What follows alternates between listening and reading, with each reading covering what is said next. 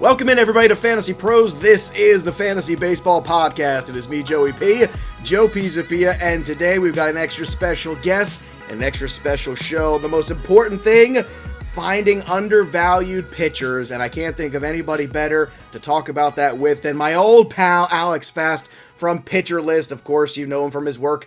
He shows up on MLB Network because he's super famous sometimes, ESPN. He's been all over the place. He's a rock star, and I'm so grateful that he's giving us some time all the way from the left coast to talk a little baseball with us. Alex Fast, welcome back to the program, my friend. Thanks for having me. I'm going to take that first part of the clip. I'm going to play it for Nick, and I'm going to say I'm taking over Pitcher List. You are no longer the preeminent expert on pitching. It's all me now. I'm happy to be here. I'm excited to talk. Fast. Let's be honest. It says you're VP of Pitcher List, and we all know the president's just a figurehead. So Nick Pollock is he's like the figurehead, especially now with the hair he's got going there. It's quite a head, and we'll try to get him on and you on in a couple weeks to do the pitching preview. That's my goal in life. But the VP, he's the guy that does all the work, I feel like, right? Yeah, totally. Nick just sits there eating bonbons all day, just delegating to people. You guys would believe what goes on behind the scenes there. Yeah, he's just, like you said, eating bonbons, looking at heat maps in his underwear. I mean, what the hell is he doing anyway? Come on. And of course, make sure you follow my good friend Alex Fast over on the Twitter machine as well. If you don't, and you should, it's AlexFast8. That's where you can follow him there. And today we're going to break down 10 pitchers here that Alex has circled that he thinks might be values coming into this season. I can already tell you, some of them I absolutely agree with. Some of them I'm going to poke some holes and see what Fast has got for me. See how quick he can bob and weave through some of the questions I have about some of these guys. But he knows what he's talking about. So if everybody out there, if you're curious, I'm telling you right now, turn up your dials right now and make sure you listen in here because Alex has some great information on some of these pitchers. And really, Alex, when you're looking at the pitching market, you really need to hit on one or two of these guys, I feel like, because, we know the war of attrition is with the injuries at the pitching position in the last couple of years. We understand already even the best pitchers having so many limitations in terms of innings and the way they're managed. So really, it is, I feel like, more imperative than ever to make sure you find who that next Freddie Peralta is going to be, or that next guy who makes a big jump, or even somebody who might year over year just be undervalued off a down season. Do you agree? Yeah, I definitely agree. I mean, the way that I kind of go into this or approach this conversation is like you need to know the kind of player that you are as a fantasy baseball player. If you're someone who's like on the websites all day, if you're going to Fantasy Pros, if you're going to Pitcher List every day, you're a waiver wire hunter, the draft to me isn't as important as it out to be, right? Because you're going to be able to find so much value on the waiver wire, right? There are so many guys, like even think about like Corbin Burns, where he was 2 years ago, or guys like, Kevin Gausman. Woodruff a couple years before that even. Yeah, exactly. There's always going to be a guy who's not even drafted in the top 300 who's going to like have a miraculous season, and like Logan Webb, right? No one was talking about Logan Webb being a top 10 pitcher last year, or on the offensive side of the ball, Cedric Mullins, right? Cedric Mullins won people leagues last year, but he wasn't a guy that was being considered. So if you are someone who likes to be a waiver wire hound, you can relax a little bit. But if you're someone who likes to really prepare for the draft, you aren't as quick to the waiver wire as some of your friends, it is really important to try and dig a little bit deeper to figure out, okay, who are these guys that I can take in the 20th to 25th round that really have that chance to reach that next level that I'll be able to hold on to for the first couple of weeks and see if I kind of have a gem, a diamond in the rough. And I think that's where, hopefully this conversation can provide some helpful feedback. All right, well, let's kick things off. Before we do, I want to remind everybody, make sure you check out the cheat sheet creator over at FantasyPros.com/draftwizard. And I'm telling you right now, it's a great tool that allows you to combine all your favorite experts like Alex Fast and Joe Pizzapia all into one consensus cheat sheet with our expert sync feature. Your cheat sheet will automatically update whenever one of us experts that you've chosen update their rankings. That means your cheat sheet updates, and that's exactly the kind of technology you need to be successful in your drafts. And you can also further customize your cheat sheet with tiers and player notes that you put in there. Plus, you can use our cheat sheet in both the Draft Simulator and the Draft Assistant tools, which, guess what? That's on the Draft Wizard app, which is absolutely amazing, and make sure you're using that as well. The cheat sheet creator at FantasyPros.com/draftwizard. You can't be prepared enough. So let's prepare the people. Give me the first name on your list of guys in the pitching market, Alex, that you think might be undervalued in these early mid rounds. Yeah. Okay. So the The first guy that we're going to talk about, well, the methodology that I'm using is looking at NFBC ADP just for the month of January. There's been 110 picks, so there's a good sample size for us to figure out who are some of the later gems. And we're going to start top down, right? So we're going to start with pick 133, pitcher number 48, and that's Zach Gallen. Okay, there's still definitely some shine on Zach Gallen overall. Hopefully, people haven't forgotten about him. Obviously, this pick reflects that people are still a little bit worried about that 2020 season, and I want to tell you, or 2021 season, excuse me. I want to tell you that you don't really need to be. I think we can write off that as a full injury year for Zach Gallen. He starts the year with an arm injury, which causes him to miss time, comes back in the middle of the year, then he hurts his hamstring, and then I believe he ends the year with sort of a weird elbow injury. I think that's all just kind of a part of a kinetic chain that he's kind of dealing with, that he wasn't really able to get over that arm injury. I think we see him compensate for this injury a bit with the changes in horizontal vertical release point that we see over the course of the year. As a result of these injuries, we get a guy with a mid-4 ERA, and I just don't genuinely think that's him. I'm surprised to see projections think that it's him. They think he's a 4 ERA pitcher. This is a guy who had one pitch with a WOBA over 300 in 2020. And even that pitch was a 302 WOBA on the changeup. I think a lot of people can get a little bit peeved about that fastball utilization, which makes sense. He kind of uses it like Shane Bieber, where he's willing to pound the heart and the bottom of the zone because he wants to set up the breaking pitch. And I think he can continue to have success with that. I think we see the K rate jump back up a few ticks. I think the whip takes some positive steps back. Same with the ERA. And I think we're left with a guy who's going to have a mid to high 3 ERA with a lot of strikeouts and probably a good amount of wins. I absolutely agree with you. And I got to tell you, this is one, all right, we're starting on a good foot here, you and I, because I'm looking at Zach Gallen as a guy, this first 150 innings pitched in the major leagues, he wasn't just good, he was elite. And I feel like when you're looking at where he's dropped now, it's kind of insulting. Like, in fact, today I was even looking, I was like, well, where is he in terms of the consensus ADP over on FantasyPros?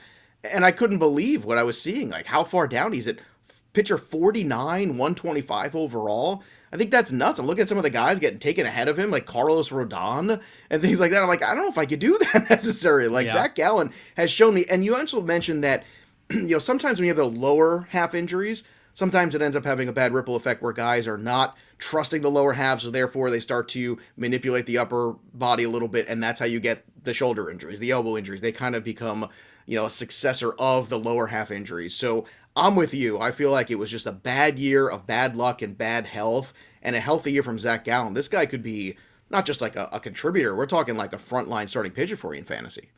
Yeah, definitely. I'm with you. And it is kind of crazy to hear that Carlos Rodon's doing that. While Carlos Rodon obviously expressed that great upside last year, it's like, his velocity started to drop off, admittedly, because he was getting a little bit tired because he'd never had this much innings on his arm. And he's always kind of been an injury liability. Awesome to see the upside. But even if, I'm not saying that we should bring Carlos Rodon into this conversation. You just mentioned his name, so my brain started thinking about him. Gallen, I would go with if we had the choice between them, just because I think that he can achieve that upside and make it sustainable over the course of the full year. The beautiful mind of Alex Fast. You open it up and goodness knows what's going to come out next. All right, so Zach Gallen's one. Again, pick 133. You're talking about ADP pitcher 48 there. I gave you the Fantasy Pros numbers on him too. Give me the next pitcher on your list here that you think people should be aware of. Next guy, I go back and forth about a lot. And so tomorrow, maybe I'll disagree with myself and call myself a hypocrite. And that's just the beauty of fantasy analysis. But where I am today, I think Sonny Gray could actually still be a viable pitcher, especially this late. He's going around pitcher number 66 right now. I think it's funny that I go back and forth with him because he goes back and forth a lot with his performance. I really struggle to think of a pitcher who has a larger disparity between their baseball savant percentile rankings and his actual performance. He was 91st percentile in hard hit rate. He was 89th percentile in expected slugging, 84th percentile in expected ERA, 72nd percentile in K rate. And then here we are with this 4.19 ERA. I do think it's interesting that at the end of the year, he started to incorporate this cutter into his mix. I don't want to imply that he brings in the cutter and all of his problems are solved. August is a really, really good month for him. It's like a 2.93 ERA over 20 innings or something like that. The cutter is starting to get integrated into the arsenal a little bit more. And then we go into September where the cutter drops a little bit, not a lot, and he gets host for like a 5 or, a 5 ERA, a 5+ ERA for that final month. I would like to see what happens if that cutter becomes more of a part of his arsenal. He's always stuck with this four-seam sinker approach, and there was a really good article recently from Ben Clemens about how maybe if there were some tweaks that he could make to fly ball hitters, he could continue to improve. I don't anticipate this 32% fly ball rate to stick around or the 16.5% home run to fly ball rate. He had a 300 BABIP on his sinker for the first time since 2016, which I think is going to regress. Are there still some warts? Probably. Does he have enough in his arsenal, and has he had enough past experience where he's had success that I think he could be able to turn it around and outperform being the 66th pitcher on the board? Yeah, I do. Well, looking at the home ERA last year too, 4.89, and you mentioned he did some good work after the break, but he still ended up with a 5 ERA after the break. So even though there was like a small sample size of things going well, the FIP was 3.99. He's 32 years old too. So I mean, I feel like this is kind of that that point here where he's either going to have a good couple years here left in him, or we see that precipitous drop off that happens. I feel like it's kind of water get off the pot when it comes to Sonny Gray. So right now, is it more just a matter of investing in him as a pitcher, or investing in him because of where he is currently in terms of his ranking or his ADP? I think it's probably where he is with that ranking in ADP. I think it's 66. What I expect from him is that he would be able to outperform that. I will say that there have been rumors about him on the trade block. And if he does get out of that park, which I think really, it's a scary park. It's a park that is, you don't want to be a fly ball pitcher in, and he turned into that last year. If he does get into that, and does move to a different team, I think I'm even more interested. But yeah, where he is at ADP, I just think like, all right, I think he can take that step forward and be enough for what you're looking for, which is at that round like an SP3. But it's strange because his earlier work in Cincinnati, if you go back a couple years, we're talking to 2.87 ERA in 2019. So he was pretty good at that ballpark for once upon a time. So it's not like impossible for that to happen. I want to give you a couple names that are being drafted right around there in that pitching market. One of which is Adam Wainwright, coming off a very good season. Would you rather have Adam Wainwright or Sonny Gray heading into 22? Yeah, it's anytime, I always joke about this. Anytime your ADP is like very close to your age, then I start to get a little bit worried, right? Like Adam Wainwright is pretty much that. Right? He is in his early 60s, I think, Adam Wainwright. We're pretty sure. And God bless him. You gotta love that AARP magazine, man. That thing is amazing. So many coupons. So much going on there. Exactly. The first sponsored athlete to both play and actually represent the AARP. Yeah, I think I would probably go Gray. I don't doubt what Adam Wainwright did last year. I think the curveball was just absolutely fantastic, but I would be a little bit shocked if he was able to replicate exactly what he did last year. I think Sonny Gray, I believe, has a little bit more upside. All right, let's go to the third guy on your list. We already got Gallen and Gray. Give me a third pitcher that you think is a good value heading into the season. I just don't understand how Marcus Stroman is not getting more love, right? It's a little bit puzzling to me. Last year, he was getting taken outside of the top 200, and I was like, this is crazy. And then what does he do? He has a career best year in ERA, 3.02 over 179 innings. He has never had a FIP over 4 in his career. He's like one of like 2 or 3 pitchers in like recorded history where that is the case. He's capable of throwing 180 to 200 innings. He had a career high about 22% K rate last year, with a career high about 12% swinging strike rate, a near career low 6% walk rate, and a career low 1.15 whip. And I think a lot of people would say, great, but he had all these career highs and there's no way he's going to be able to do that again. And I can hear that. But I think with some of the changes that he made in terms of his arsenal, incorporating that not change up now splitter into things a little bit more, it means to me that the K rate and the swinging strike rate aren't going to subside a little bit. The whip, he's always been a ground ball pitcher, right? That's why he's been able to maintain those low FIPs. Is the Cubs infield defense going to be able to replace one of the best shortstops defensively in baseball right now in Javi Baez? That's a good question. Could that theoretically bite Marcus Stroman? Maybe. I have difficulty believing that the Cubs are going to bring in a guy who is known for being that heavy of a ground ball pitcher without providing him with a sufficient infield defense, because then why would you even sign him to begin with? So I agree that, yes, are we going to see a 3 ERA for Marcus Stroman next year? Probably not. But are we going to see like a 3.4, 3.5? Are we going to see a 22% K rate? Are we going to see a sustainable whip? Are we going to see, maybe we might not see as many wins, but if we get all of those other categories and you're getting that again as your like SP3, SP4, that allows you, that low ERA, those low ratios allows you to have so much more fun with your earlier picks and so much more fun at the end rounds. That's why I used to love taking guys like Kyle Hendricks, because while they're not the sexiest, they're like these like benchmarks that you could plant into your team and then have much more fun with, because the risks that you're willing to take don't hurt as much when they backfire when you've got a guy with a stable floor. And they give you innings, and they've been durable. I mean, he's had more than one 200 inning pitch season in his career. He's going right now, pitcher 61 over on Fantasy Pros consensus. If you want to see those, you can go to fantasypros.com. We have the consensus for all of the ADPs going on. It's got obviously NFBC, it's got CBS, all of them marked in there. He's going at player 151 overall. And what I found interesting about Stroman last year was the 3 ERA at home and away.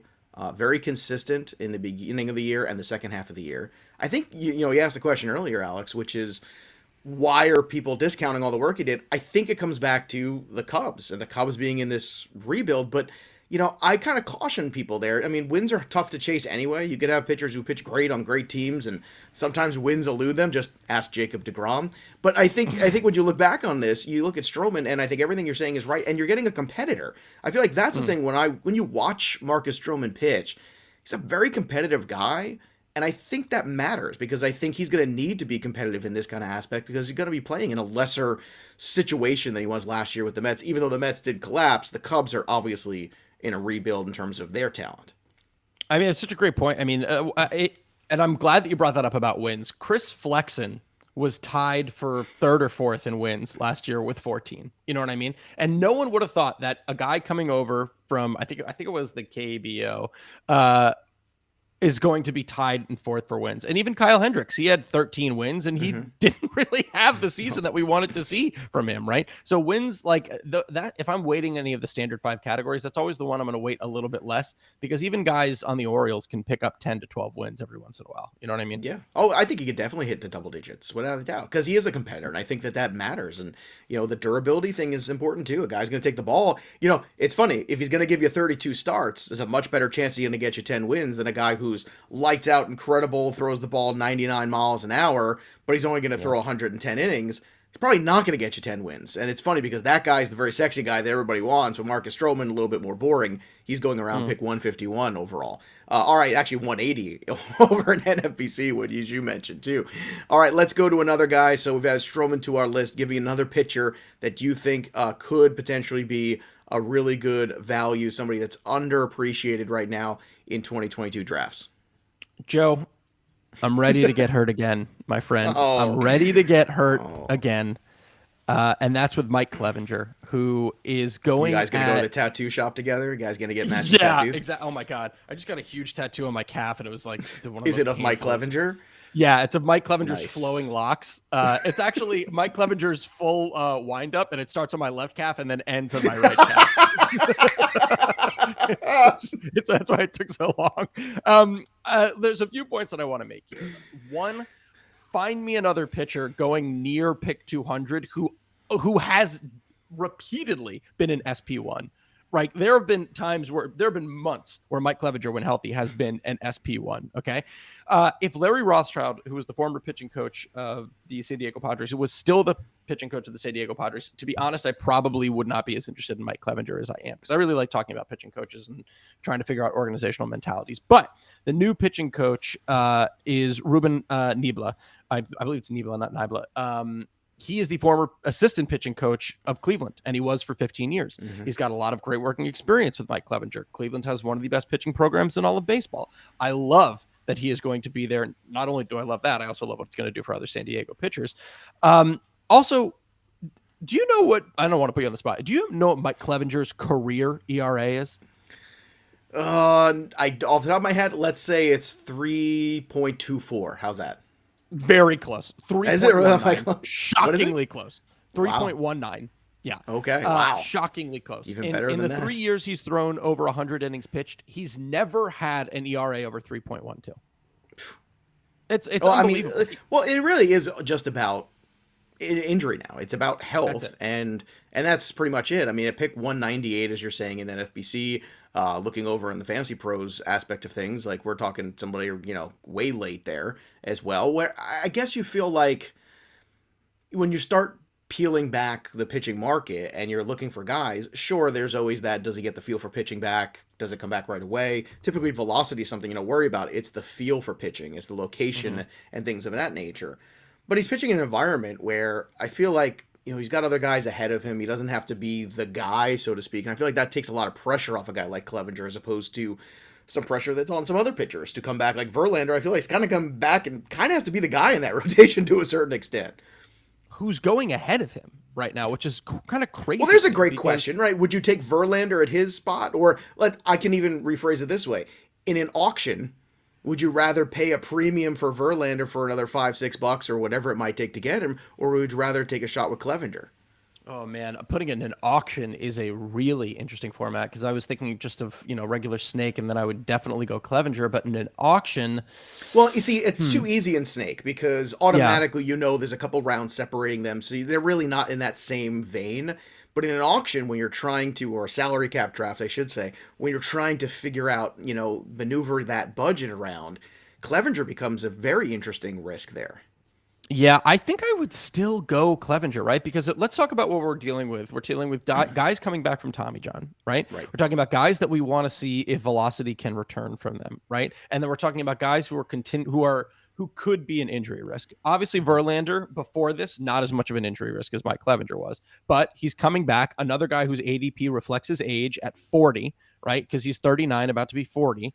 I don't know if he's going to be able to get that velo back. I would like to see that. I also remember there was a time before Houston where he was terrible at Detroit, and then he came to Houston, and all of a sudden, I don't know, maybe is there some sticky stuff on the ball? Who knows? And he's improving, right? So I would be curious to see I don't think Verlander's going to be bad, but I do question what we're going to get innings wise. So I think if that is always going to be the question over both those guys, give me Clevenger, who I can believe at a younger age can get that velocity back and sit where he needs to sit. And I also think if Clevenger comes into spring training, if we ever have one, and he is sitting where we think he needs to be, everyone's just going to be like, oh yeah, he's rising up. You know what I mean? Verlander, because he's where he's getting drafted, I don't know how much more he's going to rise up. I think Clevenger would theoretically rise up more.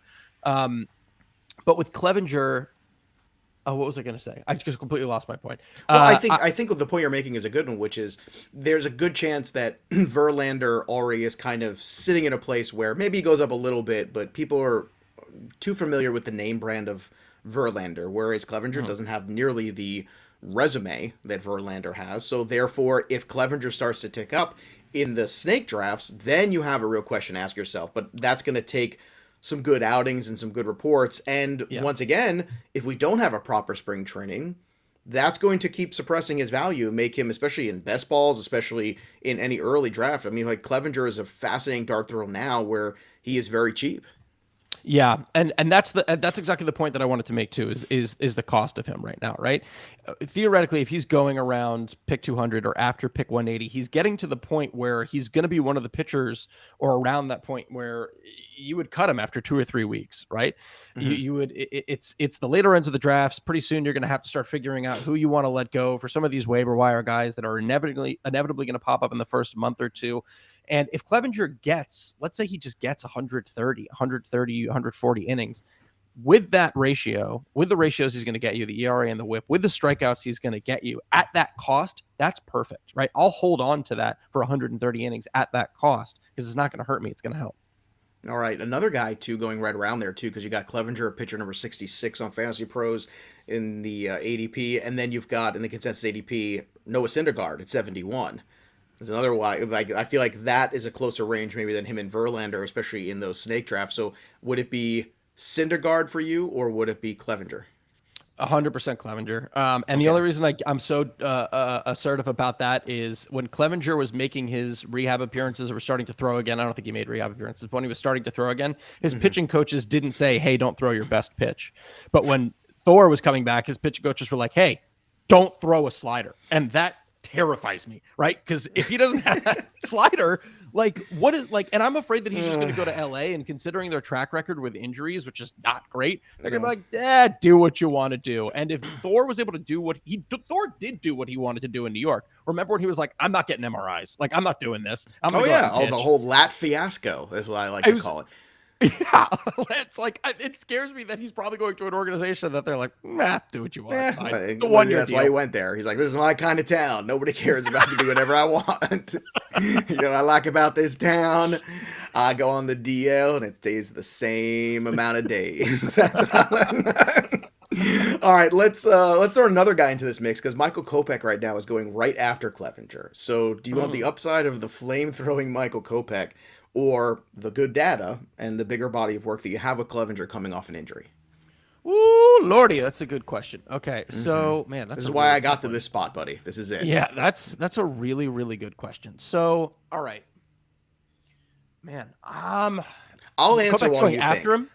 Kopech is going. I mean, they're going back to back right now Back to in the back. Okay. consensus. 66 and 67 off the board, 4 picks apart from each other overall. I'm gonna take Kopech just because I want that arm on my roster.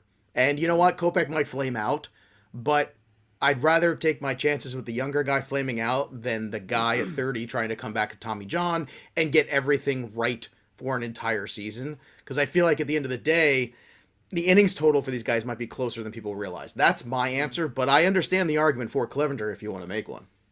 Yeah, I think I'm going to make the argument for Clevenger. So I think they're going to really want to be careful with Kopech. With 69 innings last year, I don't think he's ever done any more than that over the course of his career because of the issues that he's dealt with. So I think I'll go with Clevenger because I think he gets the innings at the end of the day. I also don't know if Clevenger's a free agent this year. I think they did just sign him to a 2-year deal. And if that's the case, then I really lean Clevenger because then we don't have to worry about innings quite as much because they're going to want to get as much value out of him as possible.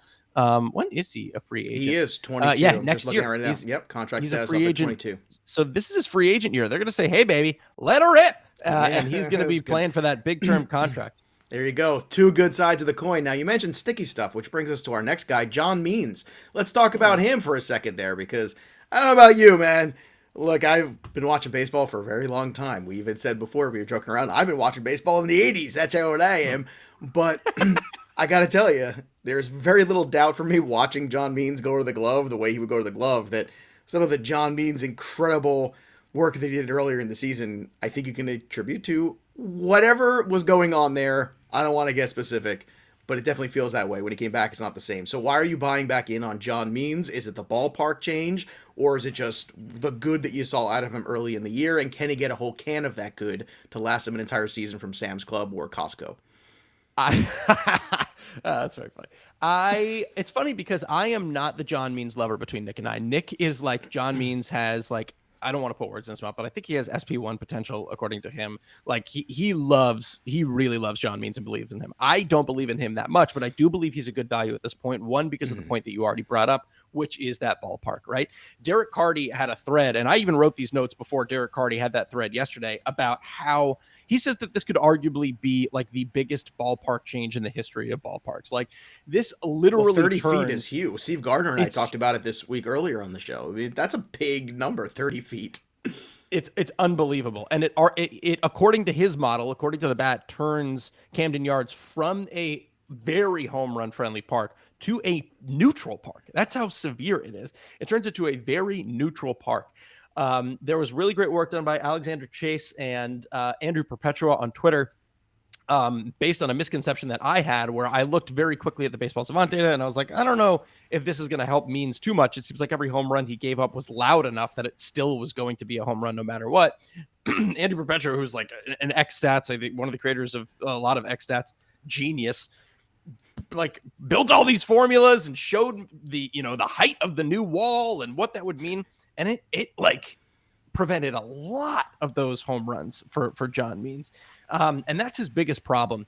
Now, if we say that the home runs are going to be a little bit better, then we've got a pitcher who has arguably one of the most underrated changeups in all of baseball. It's a very good pitch at getting swings and misses, and it's also a great out pitch for him. 3 years ago, it wasn't a swing and miss pitch. It was just like, all right, I'm going to rely on it for outs.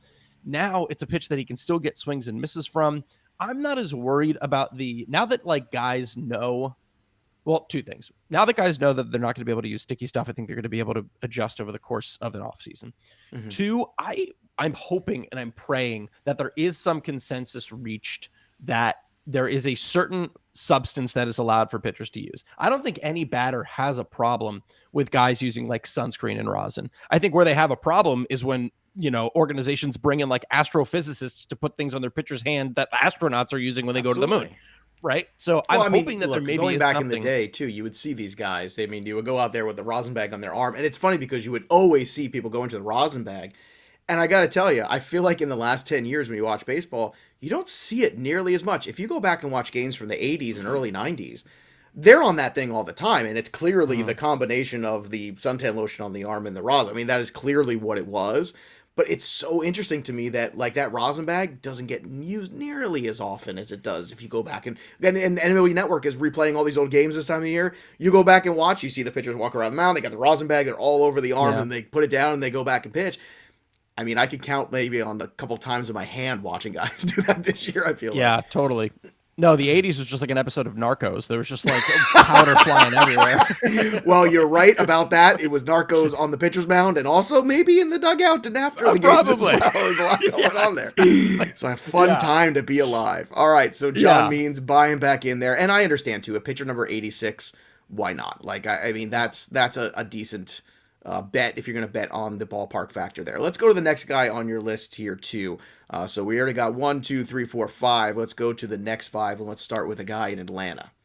We're getting to the fun guys. Like we're starting. I think I am so dumb, and like I never know if people are going to be like, oh, like I know all these dudes. These are not undervalued, or if they're like, oh, these are good undervalued names. But I have a feeling a few of these next 5 people are going to be like, okay, that's a friggin' undervalued name. It's a couple of them that I was wondering if you were okay. One of them in particular. But he's so cheap. Good. He's so cheap. I kind of get where you're coming from, but we'll save that for the end. That's the professional host tease part. Let's talk about Mr. Yanoa instead. Yes. So Huascar Ynoa, almost at pitcher 100.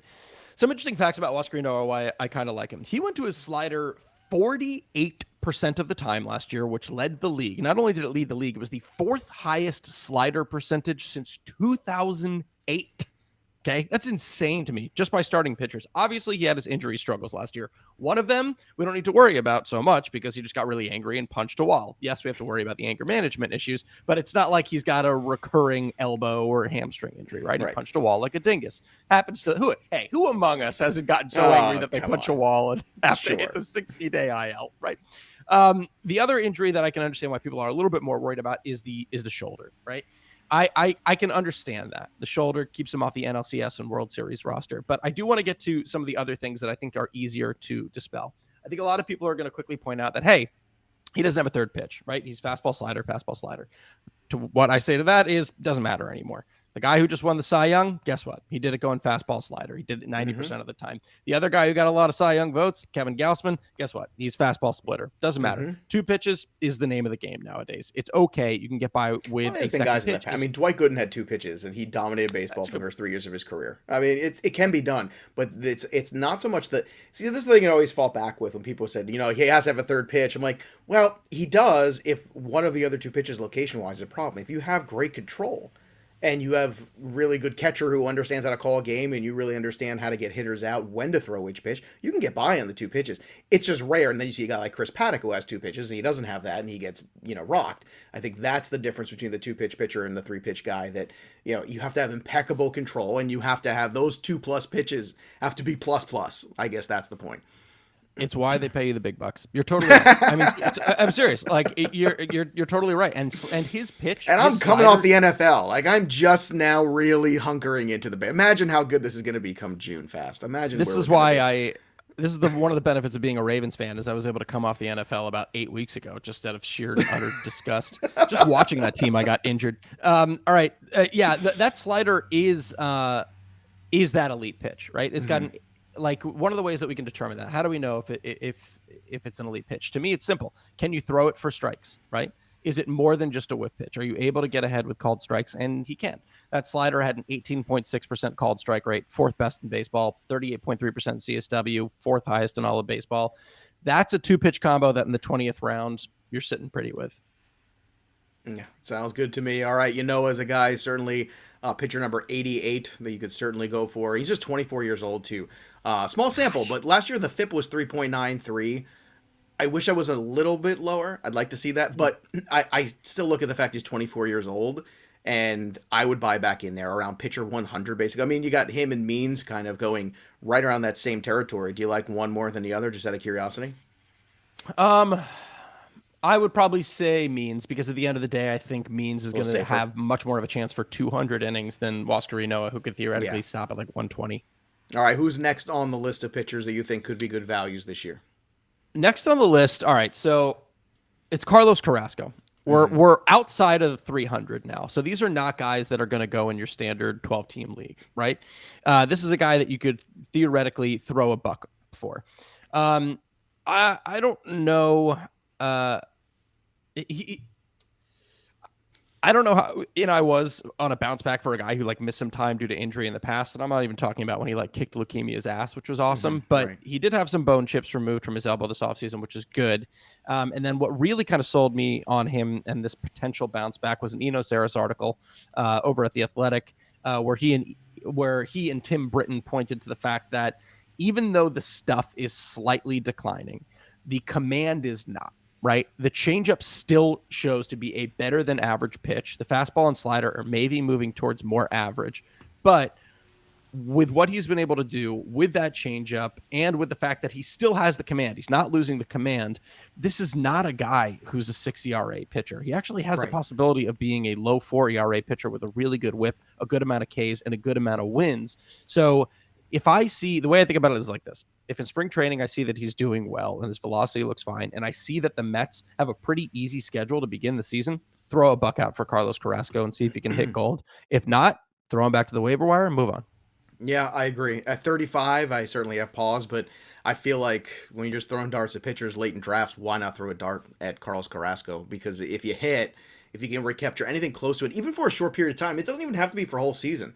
As you're kind of talking about, like, can he give you a good April, May, and bridge that gap till some more guys pop off the waiver wire? To me, that's a good return on 300, like ADP of a 300 or something like that. That's all I need him to be.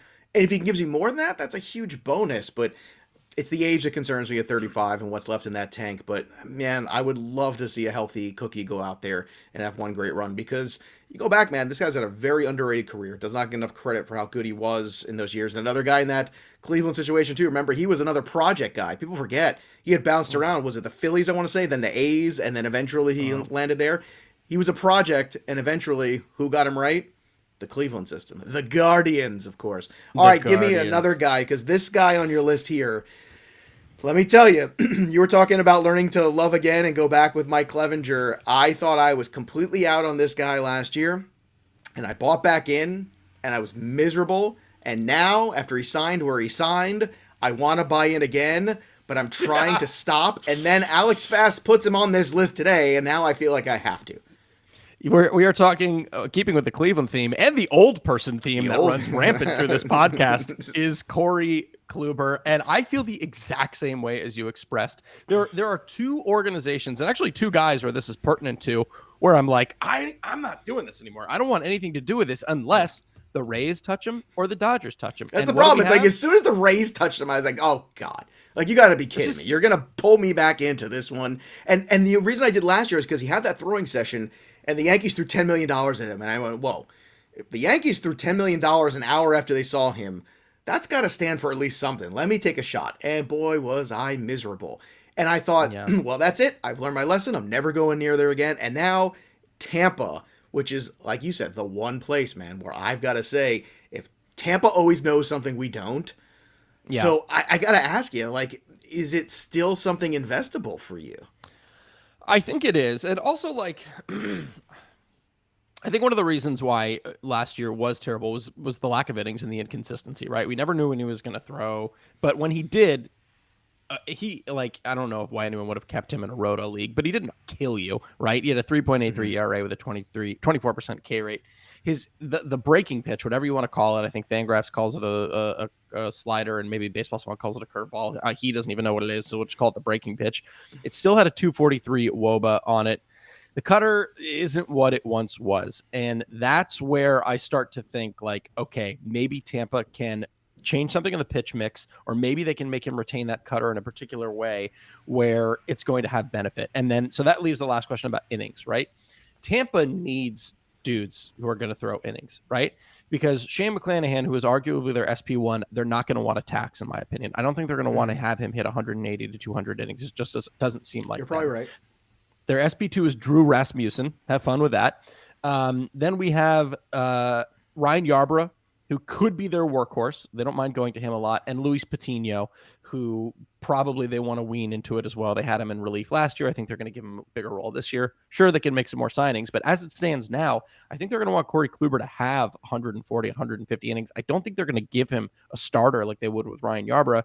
So, yeah, it's like if he would have signed there or if he would have signed with LA, which is what they did with Andrew Heaney, which is the other instance where I was like, oh, my God. Who's going really right around. I'm so glad you brought that up because that's the guy who's going right around there. Andrew Heaney's going at SP 130. He's going at 123 Kluber. So, I mean, like those are the dudes you're talking about. Eliezer Hernandez, Tylor McGill.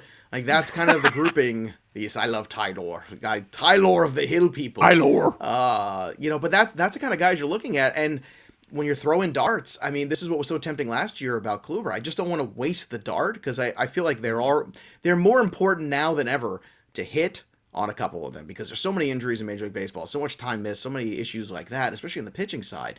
But man, like I feel like I'm starting to buy back in just because it's Tampa at the end of the day. And I don't know if that's a good enough reason, but the fact that you also kind of feel like that makes me feel a little bit better about it.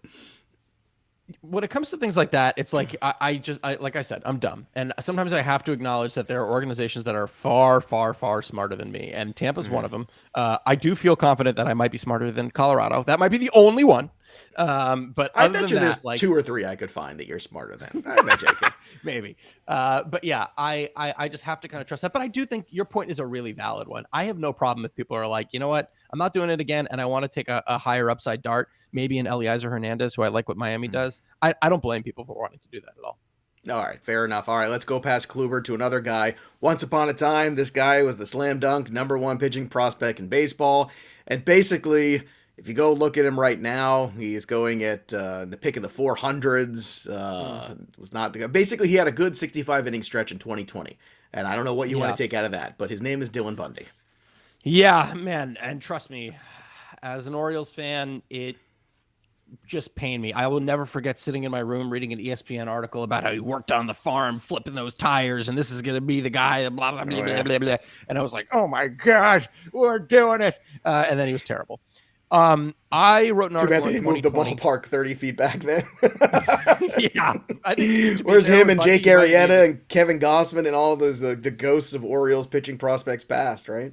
Zach Britton, Brian Mattis. Brian Mattis was our SP2, SP3. Right, I forgot about him. Mattis, and then wow. Thank God everyone's forgotten about him. Yeah. I'm being mean. That's not nice.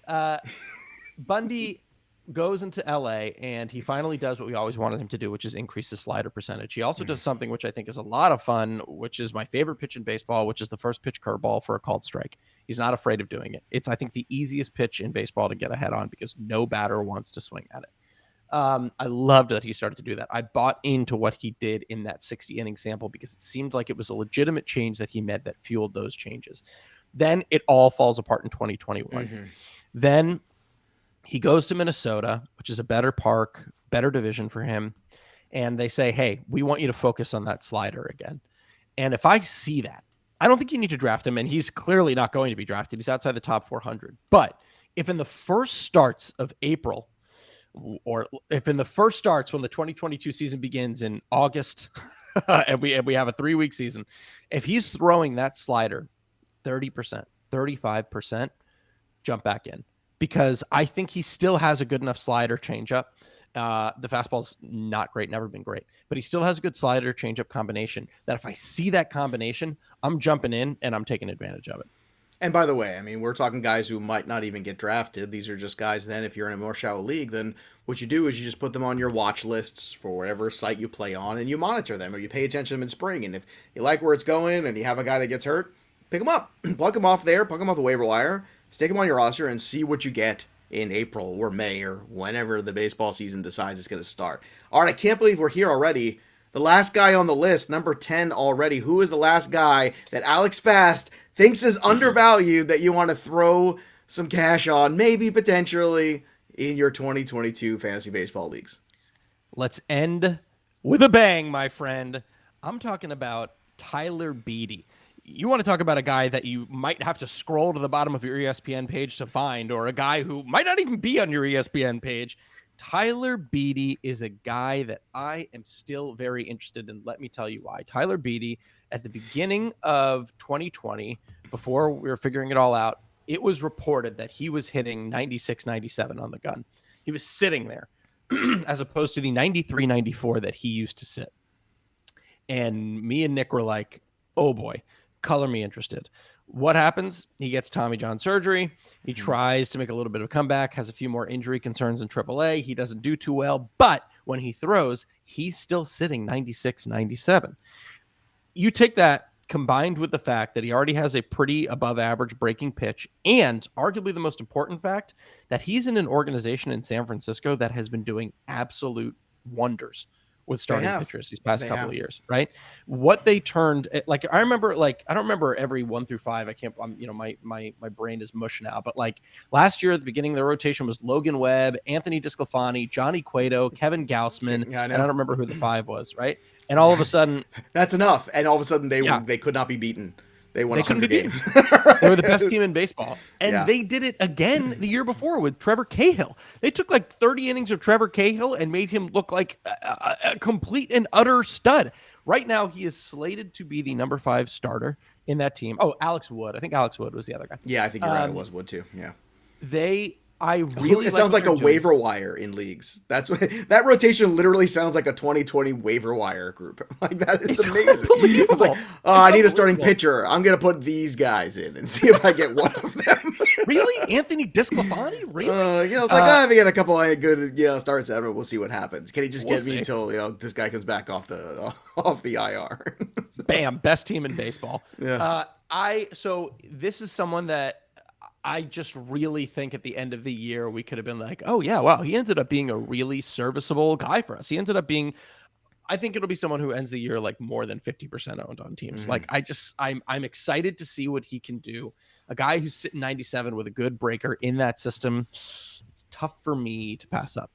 All right, just want to it's not even cold water, but I just want to throw this out there. 560 minor league innings for Tyler Beede. It's a good sample size. 1.43 whip and a 4.2 walk per 9. Does that matter to you at all? Or you're all in. Doesn't matter. Don't care because that was with the earlier velocity. Okay, all right. That was all 93, 94. That was back in the 93 days. We're talking 97s now. All 97s here. Just to recap the names: Tyler Beede, Dylan Bundy, Corey Kluber, Carlos Carrasco, Oscar Yanoa, John Means, Mike Clevenger, Marcus Stroman, Sonny Gray, Zach Gallen. Those are the guys on the list for Alex Fast who might be good pitching values for you in 2022. Make sure you follow him on the Twitter machine at AlexFast8. And of course, check out all his great work at Pitcher List and everywhere else. Alex, what else you got going on these days, my friend? Well, not much. Just moved out west with the wife, got a baby on the way. So a lot of my weekends are setting up what are an insane amount of baby things. Like I had no idea that this many things need to be set up. But in the coming weeks, especially as we get an idea of what the season is, I'll probably be releasing my top 100 starting pitchers. So very excited to have more conversations like this with my good buddy Joe and talk some pitchers. Well, I'm very grateful you came on. Like I said, my dream is to get you and Pollock on here one more time for a complete hour. I think we did it last year for like 20 minutes on the Fantasy Fest. And that was just my favorite 20 minutes of the entire month. I'm telling you right now, it was amazing. I want a full hour of you guys just going at it. That's what I want. That's my dream. Hopefully we can make that work for our audience here sooner than later. But again, man, it is just an absolute joy to hang out with you and talk baseball. And some great names, some names that I think everybody needs to pay attention to. And again, make sure you go and support Pitcher List and, of course, all the great work they do too in terms of raising money for charity. I just took part in their Feed America charity that they were just doing last week. Absolutely, anytime. I told them, I was like, look, I'll come and host an hour, but I putting together a presentation for me coming off football season is a lot. Like I just want to come in there and I will play referee for everybody. That's a good job for me at this. You're a great host, man. That's right. I'm like the Carlos Carrasco. Like maybe you just get a little bit more out of me at this age. We keep our fingers crossed. Again, go follow him up at AlexFast8. That'll do it for us, but the story of the game goes on. For Alex Fast, I'm Joey P. We'll see you next time, kids. Thanks for tuning in to the Fantasy Pros YouTube channel. Don't forget to check out our featured videos. And while you're at it, make sure to follow us on Instagram, Facebook, and Twitter at FantasyPros, so you can get the latest news and updates to give you the edge you need in your fantasy league.